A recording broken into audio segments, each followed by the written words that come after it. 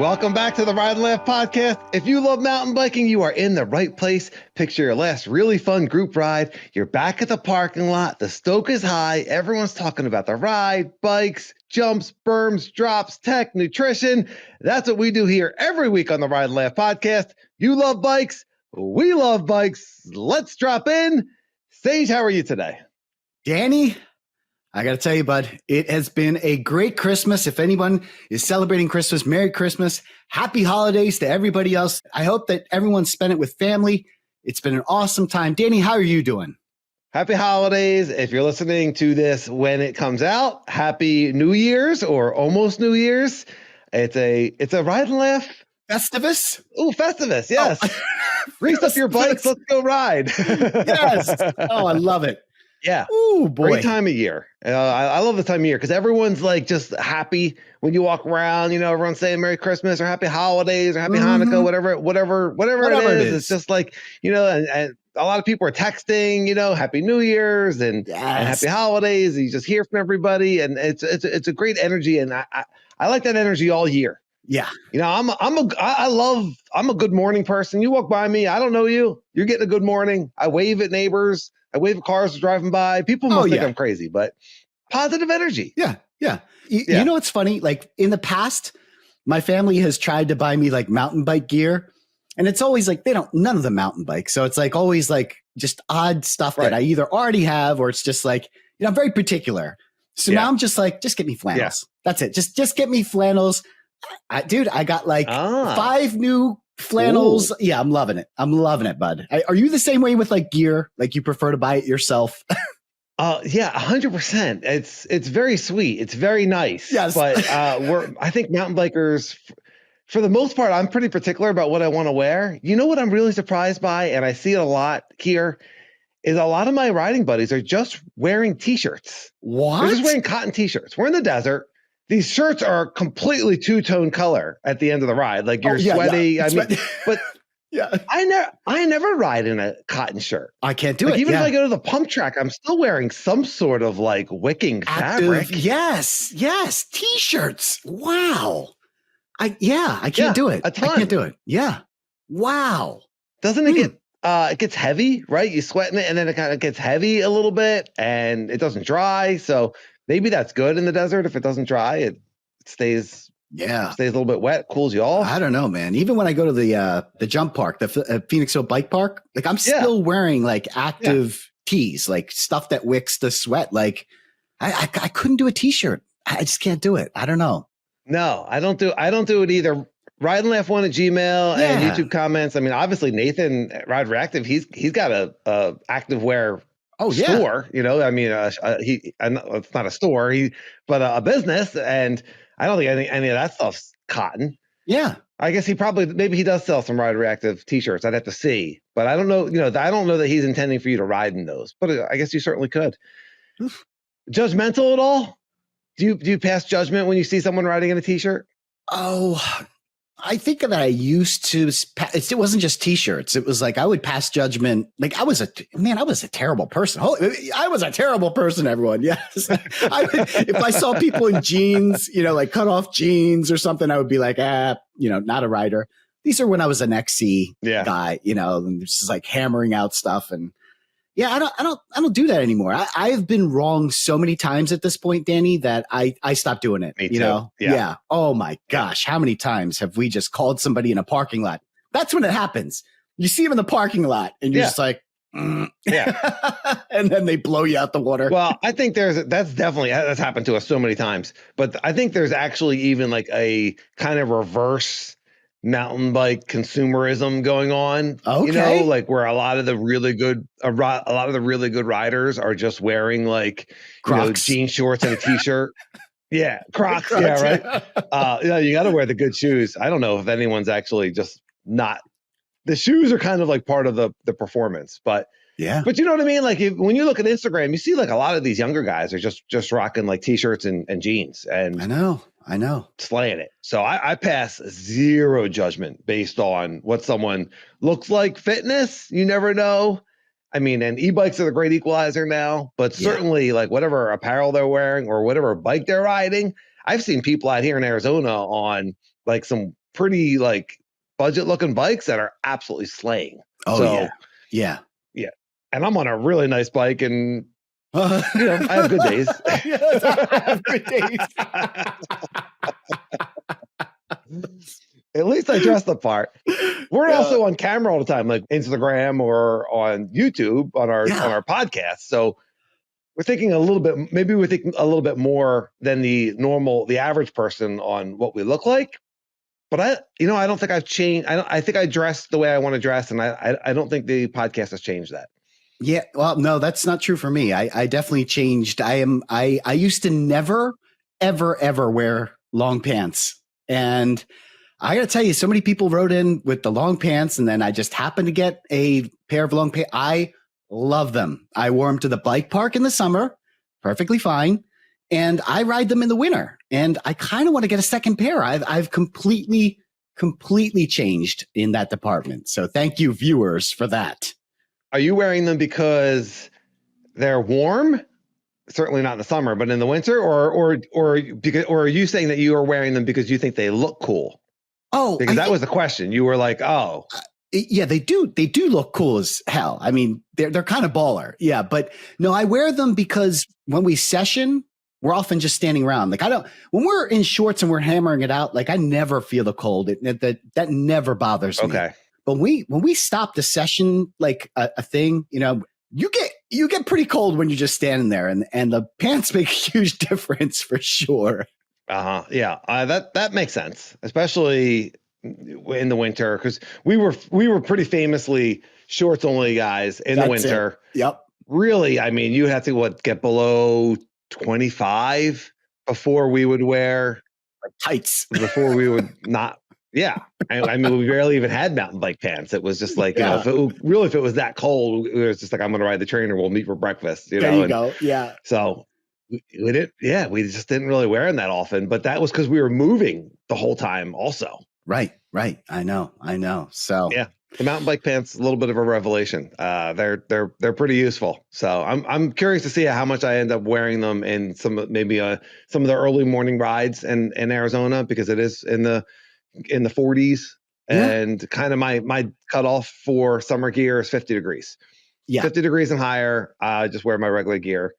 It's different out here. I mean, that was like a Pennsylvania rule. It's different out here because you could be 45 degrees, but if the desert sun's hitting you, it's just the oven's on. Oh my God. You know what I mean? It's just different. It's like Sizzler. Yeah, you're just baking. Yeah, you're just cooking under that. I just thought of another one that we have not done yet, but because of our listeners, you were considering getting a chest plate. I think you got one, actually. I don't know if you've actually worn it more than like once, but right? Or do you have one? I feel like you do. Do you have a chest plate? I got a chest protector. Yes. Do they call them plates? A chest plate? Oh, I don't. Is that wrong? like a chest plate mail? Yeah. By a knight? Yeah, you got chainmail. You got the full plate armor, didn't you? Yeah. I've seen you ride. I think you should wear actual metal armor. I think would be the safest thing that you can do. Oh boy! Now we need AI putting me riding down the mountain with a full knight. Yeah, yeah. Like a big knight helmet. You know what I mean? Like, I got to protect this face. That's funny. Yeah, I did get a chest protector. I think I only wore it once at sunrise, and I did a massive crash, and my chest was fine. Oh, great! So whether or not the protector. I was like, I'm testing this thing. You guys might think that crash was by accident, but no, we're just testing. Yeah. I'm going to yard sale, and yeah. Mm-hmm. Yard sale. You know what I got? I don't know if you've seen the Instagram stories for this, but there's a company called Cased. No. So it's from there's this really young kid who got the funding together and started a mountain bike downhill park in Texas. And they built up this park, and it was successful. Yeah. And then the kid moved on, and he decided to change the way mountain bike protection is done. And he started this company called Cased. And it's like shirt. It's a shirt that you put on and pants that you pull on, and the padding is in the shirt and in the pants. Whoa. And it's supposed to be really comfortable, and also, I'm thinking add a lot of confidence. So they had all these Black Friday sales, which of course, they're like all these products, you see a Black Friday sale, and then 3 months later, they're still like, "This is our last sale of the season at this price." And you're like, "Man, I thought I got a deal." Yeah, you've been going out of business for 4 years. Absolutely.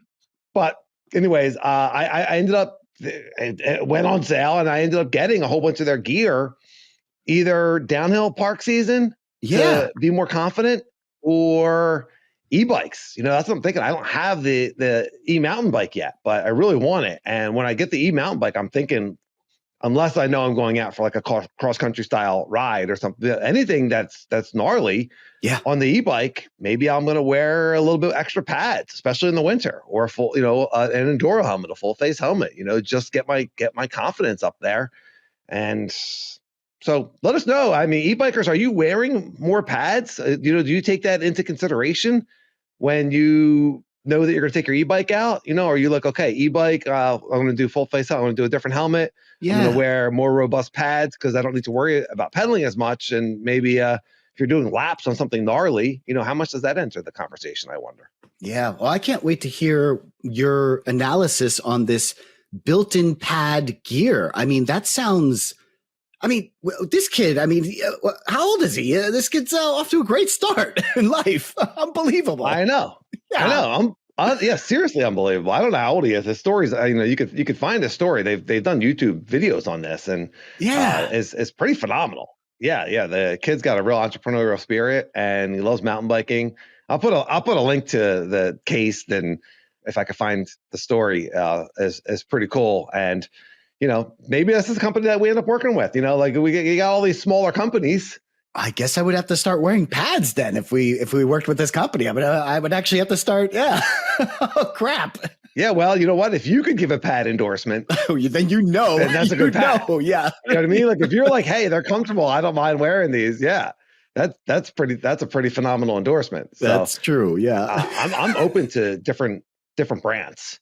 There's so many trail pads that are out now that are excellent. And I've worn the G-Form for a really long time, and they've done pretty well by me. Yes, they have. And, they keep advancing them, but I see lots of other like really cool, like pads that might get a little bit more coverage, and out here you see knee pads. I mean, do you feel like you see that in Pennsylvania now, like knee pads on just about every rider when you go to Mount Penn, like the enduro places? Everybody wears pads. I mean, especially at Mount Penn, everybody. I stick out like a sore thumb. Like it's the comment that I get the most from probably everyone that I see. Like, where are your pads? Because I don't, like I said, I wear shorts, and it's pretty obvious. You're looking around, and everyone else is like bolstered up. Got their full plate armor. And I got. I'm just free. But you don't fall. We talked about this. We talked about this on a recent podcast. You were like, can't really remember the last time that I fell. Like, not like a silly, like kind of like go down or a tip over on a slow speed tack, but an actual crash. You're the type of guy who doesn't crash. Man, that's my 2026 goal. I want to get to your mentality of I'm the kind of guy who doesn't crash. Yeah. I get ahead of myself. No, but like every time it's being said out loud, I always sound like it always just sounds absolutely ludicrous, but that is my belief system. I can't believe it is, but it is. I'm very tuned in to what I'm capable of. I'm very tuned in to how I feel on that day, and on that ride. And, we talked about last pod, listening to the signs, listening to your body. And I have gotten hurt. I've broken plenty of bones. I've broken my wrists several times. I've dislocated my shoulder, or separated my shoulder. But I don't know, Danny. I don't know. I've learned from each one of those for sure. Well, none of those really would have been helped with pads anyway. I think the wrist, you're just not the kind of guy that goes down a lot, and I think you're very tuned in. You're very present on the bike. This is where a lot of us, aim to get to. And we talked so much about this, especially in our earlier pods, is the skills are in there.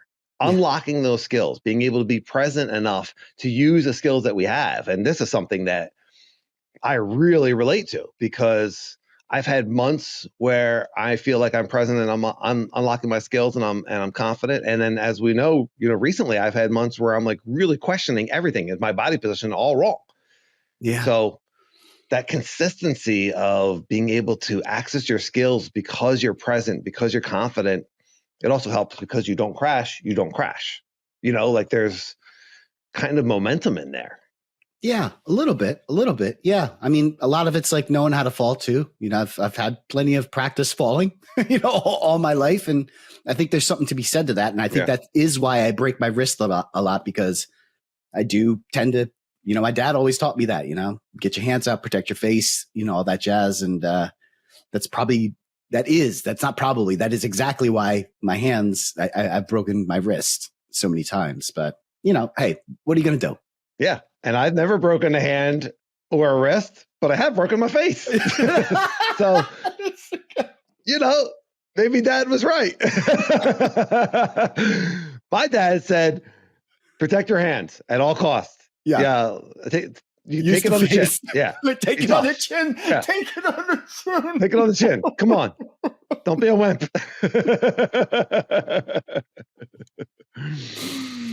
Oh, boy. Well, I think crashing on a dirt bike or on a mountain bike is one thing. I wonder if crashing on an e-mountain bike feels different because now you have a potential of a heavier bike falling on top of you, right? Or maybe a higher speed. Yeah. And I can't even imagine what crashing on a dirt bike would feel like.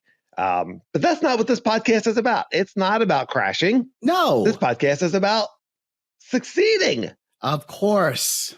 Yes.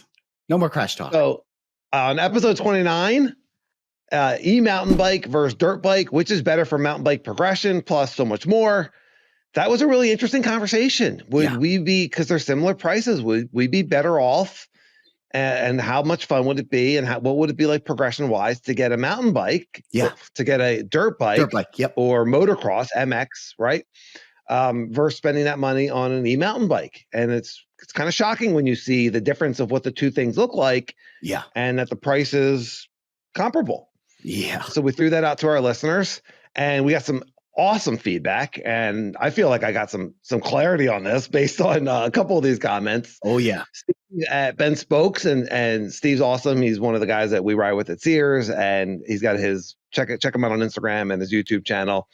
But, certainly a rider I trust. And Steve said, I had an opportunity to have a dirt bike for 2 months, a YZ250, and it's not the same as the motocross guys trying mountain bike. I thought it would be awesome, but it's so much work getting it into the truck, tying it down, getting fuel, changing the oil. And I rode with guys who know how to ride. We were trail riding and all on these racing bikes. So maybe he didn't have the right bike. I don't know. But he said it sucked. He hated the whoops. He hated the sand. It wasn't worth the work that it took to get the bike there and the maintenance on the bike. He gave the bike back and he said, no, thank you. I'm not interested in getting one of these. He goes on to say that he might consider a Sur-Ron because it's closer to a mountain bike, but he didn't like the full YZ250. He said you can't just throw it over your tailgate and head into the woods. I think there was just that was kind of eye-opening for me, and also the learning curve of when are we going to start progressing on these things? Like, how long do I have to learn to get competent on a dirt bike before I can start actually like building skills that I can then take to my mountain bike, which is the main reason that I would want a dirt bike, which kind of sounds silly to say it out loud. I'll stop talking and let you respond. Well, I was amazed at how naive I was, because I had ridden a motorcycle, but I didn't realize the maintenance part of it. Because you don't do that kind of maintenance on your motorcycle on a daily basis. You maintain it like you would maintain a car. And the way that Steve was explaining was like having to really take care of this bike, after every ride, and, having to go through all the stuff that you would go through on a mountain bike, but obviously the parts are different and they're more expensive.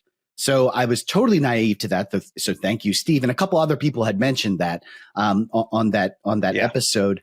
The other thing that I felt really dumb about was when we were talking about the motocross bikes, I just in my head just assumed X Games. I'm thinking like big jumps, dirt tracks, and I totally forgot that there's this whole other part of motocross, which is actually riding on trails, like in the woods, doing woodsy mountain bike-esque things. And I was just like, oh, how dumb of me.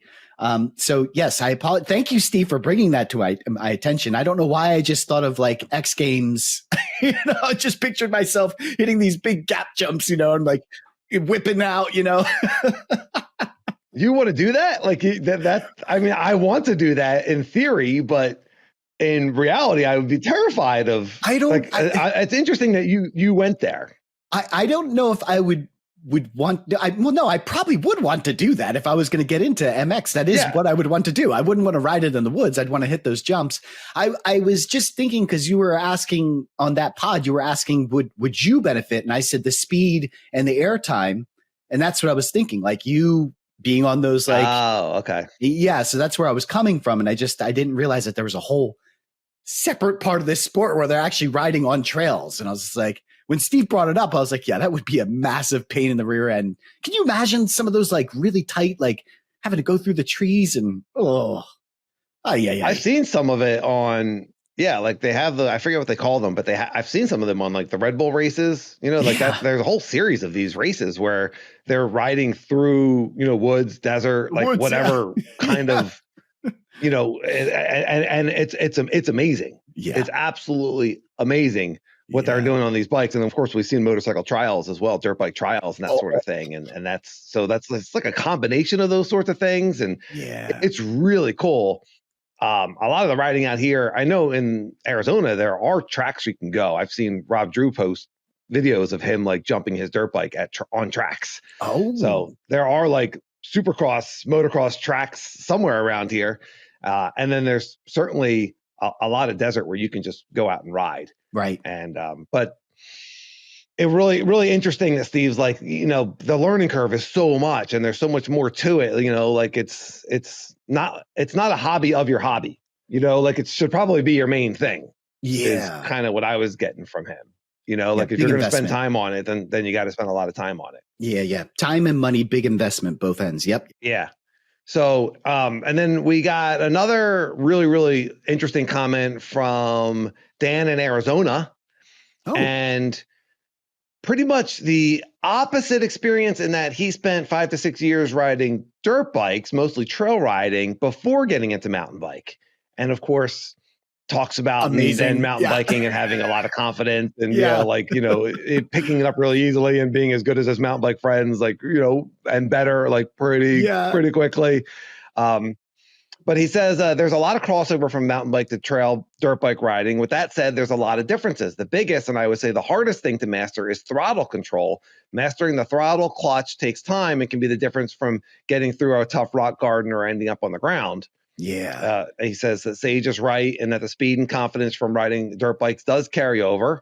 And then he goes on to explain how different jumping is and, using the throttle versus preloading and bouncing on the seat versus standing into the jump. So, and then also he touches on the maintenance and that the maintenance costs us a lot more than mountain bikes or I'm sure even e-bikes. So, so that was a guy coming from dirt bikes to mountain bike. Yeah. Which is awesome if you start there, but we didn't. Right. And most listeners, I would think didn't. I think most people listening are mountain bikers who haven't dirt biked. Yes.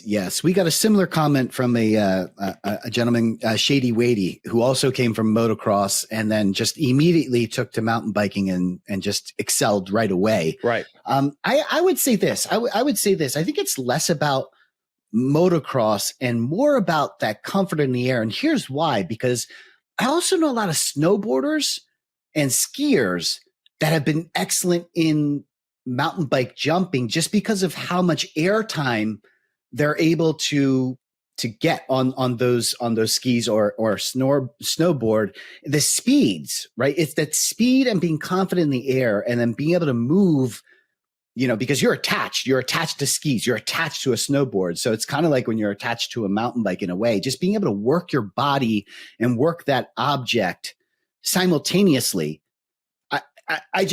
I'm always blown away. If you watch these like X Games snowboarders and they're doing like triple backflips in the pipe and like, just unbelievable. And then they take it to mountain biking and it's just like their brain clicks. It's like, yeah, I'm comfortable in the air. And I never had that. For me, I get up in the air and I'm like, I want to be down as fast as I can. Like, how do I get this bike back on the ground? And these folks are just like, yeah, I'm comfortable up here. Let's get bigger air. Let's get bigger air. And I'm jealous. Yeah, I'm jealous too. To be able to get up in the air and access that weightless feeling, I would say the comfort of being weightless. Yeah. That's where I have not gotten to yet. I've gotten to be pretty good at jumping in that I can clear, section A and land on section B. Yeah. But in between, like, I just wanted to be like, it feels good, but like, it's like, okay, can I hit the jump properly? And then like when I land is when I get excited. Yes. But it would be cool to be excited, like in the air, like knowing the landing is guaranteed. Yeah. The landing's guaranteed. I know. So it'd be cool to be excited in the air when you're doing a move. And that was one of your 2025 goals, was making deeper shapes. So we're talking a little bit about our goals that we had set. We had a podcast last year where we review. Go back and listen to it if you want to. I go back if you're new to the podcast, go back and listen to season 1 and season 2. Like, oh, so good. Yeah, there's really good stuff in there. I mean, it's funny because as I went back and I listened to the last New Year's podcast. Yes. And we were talking about the Ride Laugh drinking game. And I was like, I forgot about the Ride Laugh drinking game. That was a great bit. That went on for like 10 episodes. Yes, shout out Dennis. That's and it culminates with Dennis Genetti's rules to the drinking game, which are hilarious and awesome. Yeah, so good. So good. It's on that it's on the hips. If you want to check out the Ride Laugh drinking game's rules that Dennis laid down, it's on the Hips Be Lion. Ooh. Which was last year's end of the year. It's really funny. Yeah. Yes, so funny. And there's a little Shakira sample in there as well. We were talking about my old man hips. That's right. Yes. All right. So comfort in the air, comfort with the weightless feeling.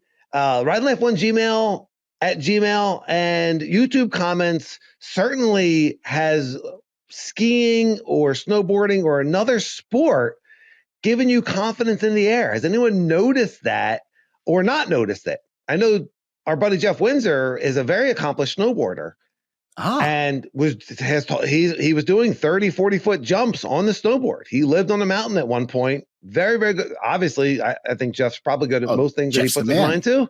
Yes.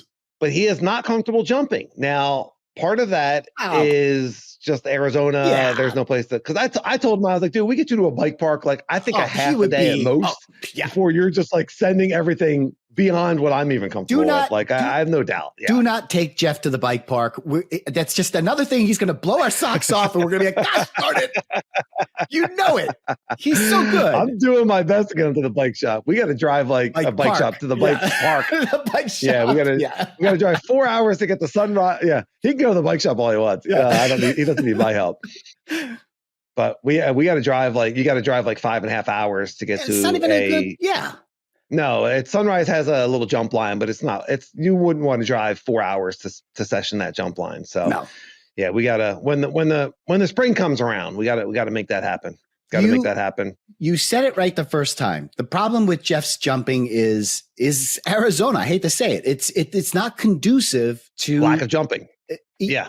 Listen, there are jumps. There are lots of jumps in Arizona. The problem is because it's so hard to move dirt. It's not even dirt. I don't know. It's like this kitty litter. Oftentimes they're gapped. It's very taxing to build a tabletop out of this kitty litter and haul desert sand around and pack it down. So oftentimes what you have is a gap, and God forbid they're lippy. Now you have to commit to a lippy jump, to another side. I don't blame Jeff. If that was all I had, I would really struggle. I'm really fortunate. I have places like Phoenixville Bike Park and Mount Penn, which have gap jumps, but there's also tabletops that you can work yourself up to that. So yeah, I have no doubt that Jeff would be an amazing jumper if you had those things available to you. It's one of these communities. I've been saying it, and it's going to happen. One of these communities, in the Phoenix area, needs to open a progressive bike park, not desert trails. We know what that is. Again, the desert trails jumps. The beginner line doesn't help anybody. It's too wonky. That was one of my goals. That was one of my 2025 goals, was to clear the beginner line. Oh, success! Actually, it was to clear it completely on the dirt jumper. Back then, that was before you visited. And so I was taking the dirt jumper every time. And did you? I don't know. I stopped taking the dirt jumper. I've only taken the aggressive hardtail for so long now. Yeah, I think you have. And I kind of want to get comfortable on the hardtail. Yeah, I think I have to. Yeah.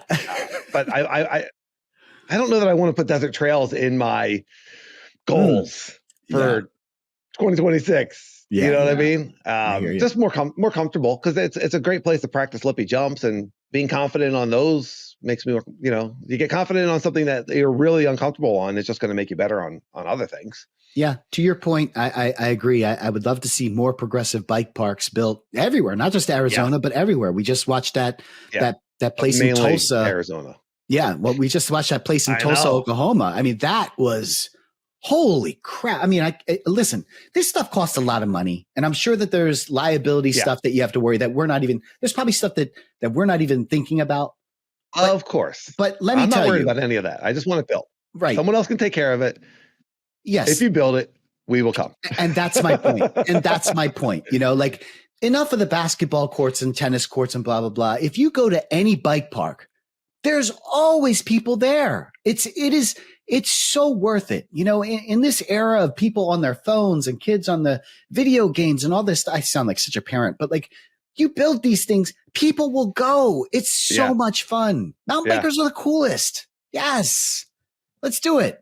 The progression element of it is so cool.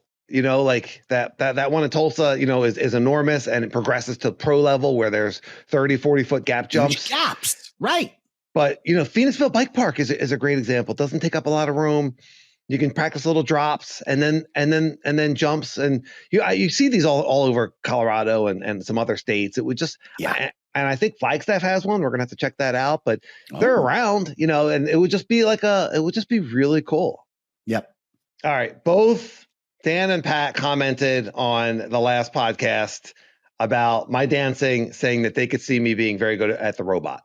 Oh, that's all you. Yes. As far as you own that, right? Yeah, you own the robot, my friend. Do you think my robot maybe needs a little extra oil? Like I'm still even a little.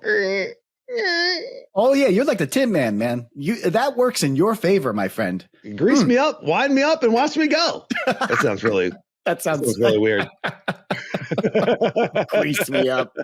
We back to talking about the old man trail. What's happening here? Mm-hmm. We just from Phoenix, there's a few places that you could drive to, and so the kids are on winter break, and my wife and I decided we were gonna let's drive and go somewhere for 3 or 4 days. It's been a crazy year for us. Let's get the kids out of Dodge, and so we drove to Vegas. We drove to Las Vegas, and one of the places that we went was like this kind of it's called Area 15, and it's just like this huge warehouse, and inside there's virtual reality games and like just different experiences. It's really, really interesting. It's really cool. And one of them was just like you walk in and it was just like it was just like a club. There was just music and strobe lights, and it was relatively empty. Oh no. So I did not do the robot, but I started doing my dancing, and I was trying to get the kids to dance. My wife thought it was hilarious. She was laughing hysterically, but I thought about our listeners, because no robot. I was just like, I was just jumping around like a big lanky white guy, like exactly what you would expect. Oh, okay. I would look like, but I should have done the robot. I should have gotten robot video for the podcast. What was I thinking? I was thinking you probably should have worked on some of your body position techniques, maybe some of your mountain bike moves on the dance floor. Yeah, maybe do a little bar turn, little whip on the be a little bit more aggressively centered, on my dance moves. My wife's like, I've never seen you so centered and so grounded in your dance moves before. Yeah, your daughters are like, why is he squatting in the middle of the dance floor? Look at the hip hinge on Dad. My God. I never knew he was so cool. Look at that low hip hinge. Oh boy. The kids wanted nothing to do with the dancing, which only egged me on further, right? As middle-aged dad, like when the kids are embarrassed of Dad, like I'm just like, you have no idea, but like the less you dance, the more I'm dancing. Them's the rules. I didn't make it up.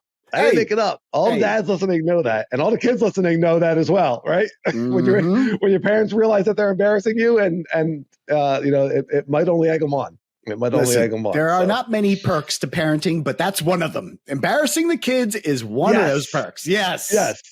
It gave me, being a dad has given me such insight into my dad, because he loved to embarrass, and it drove me crazy, and I was mortified by it. Yeah. And here I am, It is so much fun. Like yeah, there's a lot of joys of being a parent, but as far as being a dad, moms, let us know if you like this as well. But just embarrassing the kid, because they get embarrassed about like the silliest things. It's great.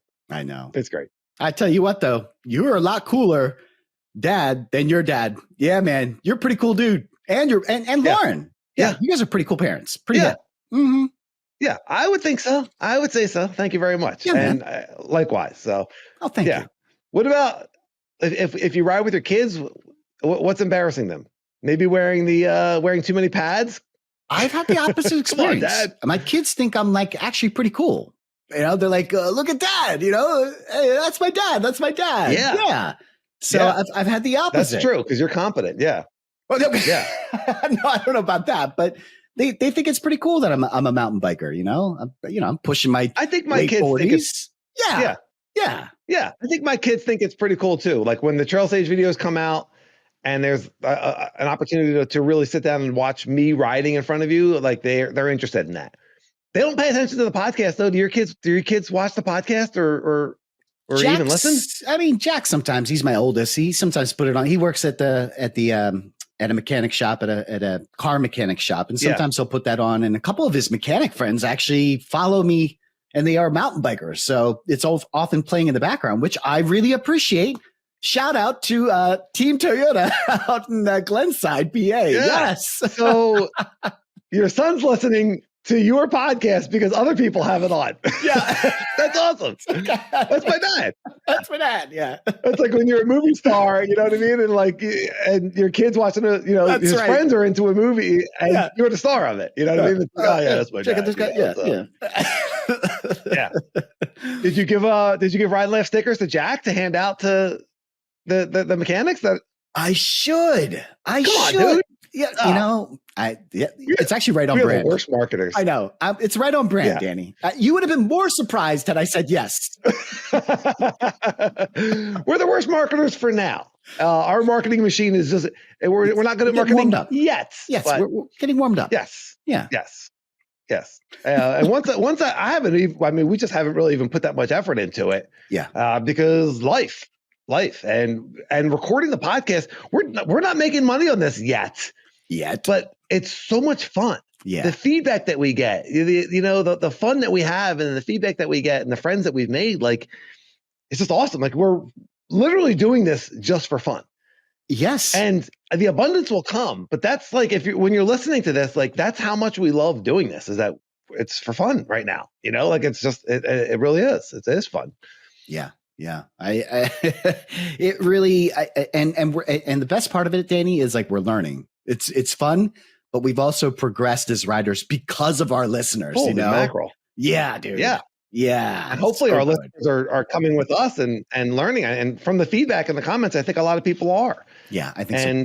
And what you're learning from us, I mean, body position, keeping your eyes up, and, think gear to wear, like, certainly the bikes that we ride, places that we go, but the mindset. And that's what we talk about so much, is that tapping into that presence, being able to stay present, being able to visualize what you want in a positive way, and being able to take that to life as well. A positive self-talk, all of that stuff. Let's get into a little bit of what we are grateful for in 2025, and maybe some 2026 goals as we start looking to the future. I love that. Even though being present is what it's all about, it's okay to visualize, right? When you're the presence guys, and then you talk about moving into the future, it's a little confusing. No, it's not confusing at all. I talk about setting goals all the time, not expectations. It's about setting goals. These are the things that I would like to achieve, that I'm going to work toward. And there's nothing wrong with that. As long as you're being present in the moment, but you have these things that you want to achieve, you need something to draw a line to. And so no, okay. I don't agree. Yes. Setting a goal is very healthy. So set a goal, but then don't obsess about the goal. Don't obsess. Be present and work towards it. That's right. So maybe someone like me that's a little bit more rigid, if I set a goal, maybe I would need to then set some steps, to get to here. I need to do 10, 9, 8, 7, 6, 5, 4, 3, 2, 1. And then I'm going to be present in each one of those steps. Yeah. That's a body position would be a hard one to set a goal for, because it's hard to set like, here's what I need to do in order to achieve that. You know, it's different from like, oh, I want to clear this jump. That's a physical thing. You know, you being loose on the bike is a really tough. I'll be curious to see if that is one of your goals. Is that one of your goals? I would be curious to see how you achieve that. Well, it is. I love that. It was last year. I said last year it was to move forward in fear, not back. You have done that a little bit. I think I did that in the beginning of the year, and I've been more focused on that. And but it's not linear. And this is something that we've touched on many, many times. Progression is not linear. And sometimes we take 2 steps forward and then we take a step back. Sometimes we take 3 steps forward and 4 steps back, you know, but once you step forward, once you get the muscle memory, once you get the confidence, and then you step back into that place, you're like, oh yeah, I know how to do this. I'm really good at this. Even if I forgot for a second, I'm really good at this. Well, let me pump you up. Let me make you feel better. Let me give you some good news. Pump you up. Yeah. Yes. I just watched a video for the last pod of you doing Carla. And this is my point. The slab. We've already the slab. Been through this many times. I'm sorry. Just saying that I did Carla only makes my wife upset. Mm-hmm. Who? Carla? Who's Carla? Oh, honey, she's actually just a really steep slab in the woods. Yeah. Oh boy. I knew you guys weren't mountain biking. Yeah. That's right. Carla is a very steep slab. Several at slabs. Mount Pet. Yes. Well, your comment, just to repeat your comment, was, you know, your goal was that you wanted to be a little bit more farther forward, and you have achieved that.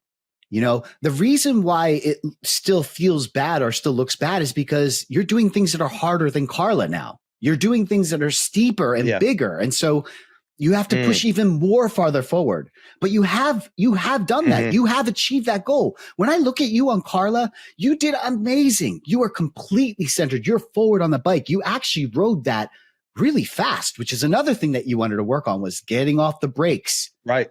You rode that wonderfully. I'm going to insert the video so that you can see it for yourself, Danny, so you can watch it and just be like really proud of yourself that you've done it. And let's not be too hard on ourselves. Let's look back and say, I almost said the S word there. Holy crap. Look at how good I did. I'm pretty awesome. Yeah. Yeah. Yeah. I love that. Look back and see how much you've done, instead of looking back and saying, what did I fail at? You know, it's so easy for us to get trapped into the negative, the negativity bias of the one thing that I didn't do or the one fall that I had. But when we look back and we say, oh, I did that really well. And the winning streak we talked about last week, I'm on a winning streak. Things are going right for me. That's right. That feels so much better. Yeah. What are some of the things that you're looking forward to in 2026? Wow.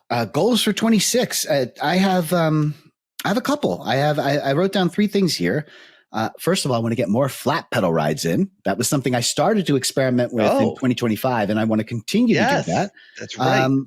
I want to go on some more trips with you. That is definitely, now that I got the bike bag, oh boy, that bike bag, it's getting put to use. Bike travel, that is big time on my list. Yes. Yes, and I want to try my first enduro race this year. That's it. Those 3 goals. Yeah, I got some other little ones, but those are the 3. Those are my big 3 goals. Yeah. All right. What's the benefit of riding flat pedals? You know, I have just been really, when the reason why I had to do it was because when I was doing that coaching clinic, they required us to be on the flat pedals, and my goodness, it really promotes, you can't get away with bad body position. That's the thing with the flat pedals.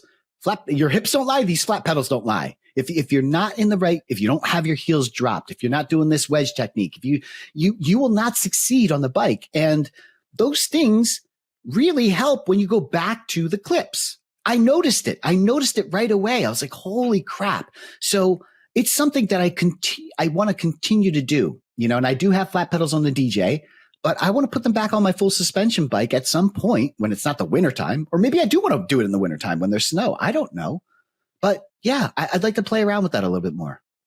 I'll be very curious to hear your feedback on that. On do the flat pedals help with progression, and is it worth it for me and our listeners to, if we're on clip list, to switch over to flat pedals? And I know some flat pedal riders that do everything. And they're not interested in clips. So, it's like, tomato.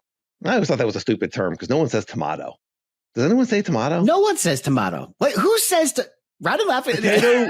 They say the lyric: tomato, potato. If someone ordered a potato at a restaurant, I would be like, "Get out of here!" Face. Yeah. Sound like an uppity, elitist. I'll have the potato. Don't let it touch my tomato. I think we're critiquing this song from like the 40s. Yes, I know. In the middle of the podcast, Yeah, no, you make an excellent point. Yes. What about you, Danny? What are some 2026 goals that you're working on? Well, do you have an enduro in mind? I'm just curious. Are you thinking Birdsboro? I know you usually record that. Or are you gonna just like be open to the shed duro? I don't know that would be a good first one for me. Again, I don't want to put out any negative tones. I'm going to let that's the Frederick Watershed in Maryland. Everyone, sorry, I should specify, but it's a gnarly place. Yeah, it is a gnarly place. I am just going to let it come. So I don't want to be too negative on things, but the Birdsboro one would be one that I would love to do just because I'm so familiar with those trails. But you're right, I'm often recording that one, so I don't know if that make that happen. I'm just going to see what comes around. Maybe nothing comes around. I don't know. But if something comes around and it makes sense and I feel good about it, why not? Why not? Who knows? Yeah, absolutely. Yeah. Oh, you almost did the Sears one, the Sears Enduro, and that just ended up having a conflict. But that'd be a great one. That's a small one, and we that's support a smaller our friends. One. Yeah, for sure. Yeah. Okay. All right. Good stuff. I do want to point out that one of your goals last year was to make more shapes and to start doing things in the air, opposite side, and check mark. Like you're jumping this summer, the Phoenixville Bike Park and the bike parks that you've been going to, like, and the work that you've put in and the visualizing and the trusting, and it has paid off and is awesome. And anything is possible. If you're new to the podcast, Sage at one time was just totally intimidated to jump. I'm not a jumper. I'm a tech guy. I can climb. But I can't jump. I can't jump. And it was just a change in perspective. And I mean, not just, but it was a lot of just, you know what? I'm going to say that I can do this instead of can't. Yeah. And then scenarios came about that unlocked that. And now here you are, like, working on what you do in the air. And it's really, really freaking awesome. I'm really stoked for you. I'm really proud of you. And it's inspiring. I think when we see people achieve, it's inspiring to see what's possible, and you see someone do something on the trail, you see what's possible, and you see someone succeed in life. What's possible. Yeah. Just go for it. What are you passionate about? Go for it. Yeah. That doesn't happen with, of course, what you just said, which is starting with yourself and putting yourself in the right mindset and saying that you can do this and that you want to do this and it is something that you can do. But having that good mindset leads to meeting the right people at the right time, because now you're open to receive, you're open to accept these things. And the thing that got me off the ground, the first thing that got that jump journey started was meeting Logan and doing that Hans Ray. That was the first, like, a taste of like, holy crap, I can do this. And then meeting Shelly's son, Chris, at Skyline, and him getting me over 3. Like, if I was in the negative jump mode, like I can't jump, first of all, he wouldn't have been wanting to help me because I'd have been Mr. Negative. And number 2, right, I wouldn't have even asked him to help me because I would have been like, hey, I'm not a jumper.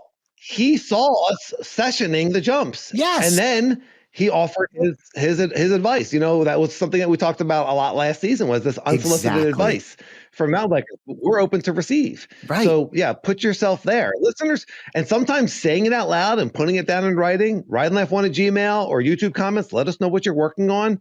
Yes. Let us know if there's anything that we can do to help. Maybe we can't give you a technique. Maybe we can. Sage is a mountain bike coach, and I've been riding for a long time. Hey. But perhaps you need a little bit of help with your mindset. I've always thought that I couldn't do this. What's the mindset? And us and the other listeners would be happy to throw in a couple of comments that and help with the mindset coaching, because that's something that we're really good at. We hear us coaching each other all the time. Yep. Last year, I set one of my goals, my fitness goal. I said there was a couple climbs I wanted to conquer, and I went out and like kind of conquered them like right away. You know, it was Jeff and I were laughing because I went to the Loma climb, and then like, you know, January 4th, you know, we went out and we were like, hey, let's do the climb. And I got it. And I was like, well, that was really fast. There we go. Yeah. I still haven't gotten that Gold Canyon climb, no dabs. So ooh, I don't go out there nearly as often, but that's on my list. That is happening. I talked about my functional threshold power, which is a measurement that's used to determine cycling power and wattage, FTP. And I had a goal of getting over 300. Yeah. Right around and then I broke my face, and I had just gotten over 300. I think I got up to 303, and then I broke my face a couple of years ago, right before this podcast started, really. And it was a long time off the bike and a long recovery. And last year I said I'd love to get that FTP back up to 300, which is pretty good. That's a pretty solid FTP. Oh yeah. And I did not ride the trainer for a lot of the year, and then I kind of like fell back in love with it. Love, hate, but I did get on for a lot more rides. It does get you fit. Yeah. And I haven't got my latest one. I still got 5 days left. Maybe I'll get another update. But as of today, my FTP is 298. So you're there. Really stoked about that. Yes. Really stoked about that. Yeah. Oh yeah. And that's like I think I brought it up like I should have looked beforehand, but I think I brought it up you know, a good 40, 50 points. Like it is a legitimate increase this year, putting the work in. Dude, just eat a cheesesteak and get on that trainer and do the same workout. That'll be the 2 watts you need. Come on. Yeah, put a little more weight on. Yes. Yeah. That's happening. I need a good Philly cheesesteak in it. Yeah, there's not many of those in Arizona. Ride Laugh on a Gmail. If you know, good Philly cheesesteak in Arizona. I'm not a huge cheesesteak guy, but we'll talk about that later because that, you know, a lot of our Philly guys are going to recoil when they know that. Oh yeah, we definitely need some Philly stuff on the food truck. Yeah, and some Arizona stuff. I mean, well, Nathan's bringing the Arizona already, so we'll have to do the Pennsylvania, the scrapple. Philly cheesesteak. Yes. Well, pretzels. Awesome. So all of it. Dude, your goals for 2026. My goals. Yes. Yeah. So let's see. Less judgment, more presence. You know, I continue to struggle with that, but when I really just release and just ride and just have fun, and if I don't do it right, a feature one day, or I don't do it perfectly, to just let it go and not give it power. And you know, and then to give myself grace, because when I even like not being present, now I'm getting upset at myself for kind of taking this backward step in the mindfulness. You know, like you called me out last week, like, you know, hey, you're looking at it from this perspective, but check out this perspective that we've talked about like a million times and that you taught me. And it's like, oh yeah, like how did I forget? Yeah, this awesome way to look at things. But that's the human experience. It's not linear, and it's somehow this is all going to work out for me, and this is all going to make me a better rider and a better person, and I think a more relatable person also as far as the podcast goes. Like I'm having experiences that I hope listeners can be like, yeah, I understand what you're saying, Dan, or I've been there, or I am there. You know, you go back and listen to other episodes. I was there, and this is how Dan got out of it. This is how I'm getting out of it. You know, all the crashing and all that sort of thing. So. You started this pod, almost started with and you said, I don't pass judgment on people anymore. Well, and why? Because the times that you've passed judgment on somebody and they've blown you away, right? Well, let's not pass judgment on yourself. Yes. And you're going to be wrong about yourself too. Don't pass judgment. You're going to blow yourself away. You're going to surprise yourself at how good you do, because you're going to stop judging yourself and you're going to let that happen. Love it. I love that too. I love that for you. Yes. That's one of the things that I love. That's one of the mantras that I love is let's see how good it can get. And it's gonna listeners, Sage, everything. It's gonna get better than we could even imagine. Stay present, trust it. It's gonna get better than we could even imagine. This podcast is going to make its abundance in a way that is going to resonate with you and me and our sense of honor and our, what's the word? Because you and I are just very, what's the word that I want here? I don't know. You were on a roll. It felt really good. I was feeling you. And then all of a sudden there was this like drop off this. One word. There's one word that's ruining the whole thing.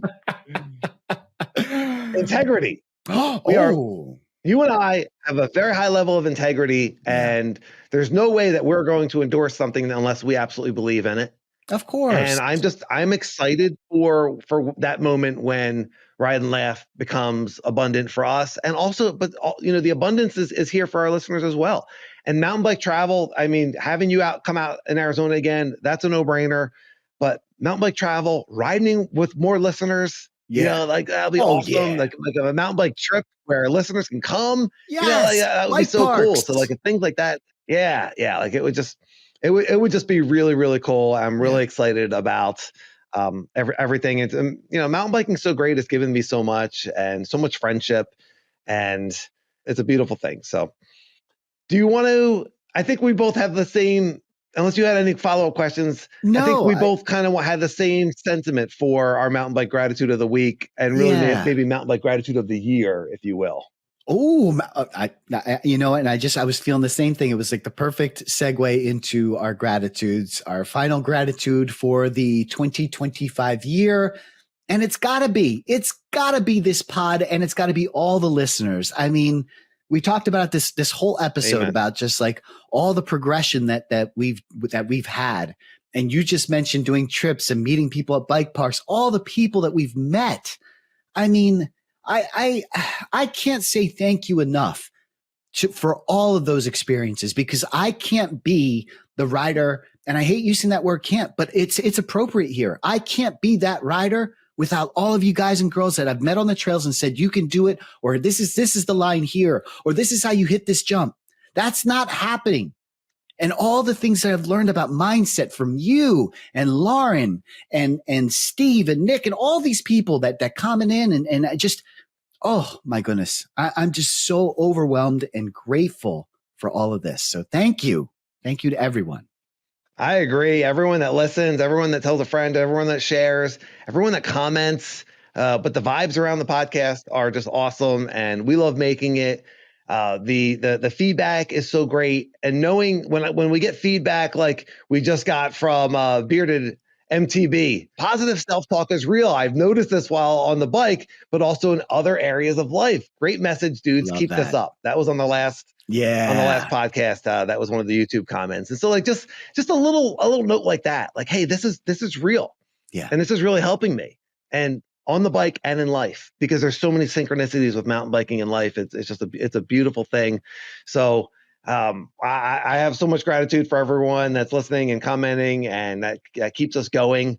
And we're excited for 2026. The sky's the limit. Oh yeah. Well, let's listen. This is a great transition into oh my goodness. Okay. This is a great transition into my mountain bike tip, because what I'd like to do is I'd like to build more of a sense of a community for all of us, so that we can all learn and share tips. And one of the ways that I thought that we could do that is if we could start, because we haven't been promoting, as we talked about, we're terrible promoters. We haven't been promoting any of ourselves, but dude, start tagging Ride and Laugh. So if you want to tag us in Instagram, it's Ride and Laugh Podcast. So it's @ at Ride and Laugh Podcast. But more importantly, and is spelled out, right? Oh, and is spelled out. That's right. Ride and Laugh Podcast, all one word, @. But more importantly, start hashtagging Ride and Laugh. And I do this already, but like if you follow that hashtag, then you'll be able to see all our viewers and listeners that are posting stuff under that Ride and Laugh. And we can share experiences like, yo, check out this jump that I just did, or check out this new place I just went to. It's a great way for us to grow this community and spread the word for the pod. Let's grow this thing. The bigger we get, the better we get. Oh, yeah. Yeah. And so then the benefit, if you go in and you follow the hashtag Ride and Laugh, and then you start tagging some of your posts, Ride and Laugh, the benefit is that you're going to be in the Ride and Laugh community. You're going to get people with our mindset, with our sense of humor, with our sensitivities, right? Commenting and liking, and maybe, especially if you ask a question, if there's something on there that's a question, but you can certainly do that on YouTube as well. But let's, we are excited to spread the word. We think that we really got something here from the feedback that we got, and how much we enjoy making it. We think we really have something special here, and we just want more and more of the mountain bike community to be part of it, and we're here for it. So that's a great tip. All right. Hashtag or pound if you're older, Ride and Laugh. Pound that Ride and Laugh, right? Yeah, pound the Ride and Laugh on your socials. So, and we do want to say thank you to everyone that on our weekly Instagram goes out. Yeah, we have a few people that Arturo almost always posts a story. Brian on a bike a lot of times puts a story out. Thank you. Tat, we worked with the gloves. He almost always puts a story out and promotes us. So just anyone that's already doing that and saying, hey, I love this podcast and I'm going to send it out to my friends and people that follow me, make sure that they know about it. Certainly already very much appreciate that. So yeah, thank you everybody that's already doing that. And yeah, let's keep it going. Let's grow this thing. Yes, I love that. I love it. So everyone have a fantastic New Year's. Looking forward to comments, 2026 goals, 2025 gratitudes, and growing the pod. Any ideas that you have, we're open for it. We're here for it. If you're still listening, you are absolutely one of us. You love mountain biking and we appreciate you. Thank you so much. Make sure that you like and subscribe. Make sure you give us a thumbs up. Make sure you auto download to hit the little bell so you get notifications, and tell your friends, tell your riding friends if you like the pod, hey, this is cool. These guys are funny, and these guys will help you progress, or I don't know. They're your friends. You figure out what to tell them. That's not my job, right? That's right. They can email me at rideandlaugh1@gmail.com if they're not sure. I'm not sure if I want to listen yet. Hey, start at episode 1. I think by episode 12 you'll know, right? Oh, I like that. If not, we got 12 downloads. Yeah. Everyone, Happy New Year. Have a fantastic year. We appreciate everyone that's listening and writing in and sharing, and just have a great year on bikes. Have a great week on bikes. We'll be back very, very soon with another podcast. Everyone have a great week. Ride and laugh. I'll see everybody.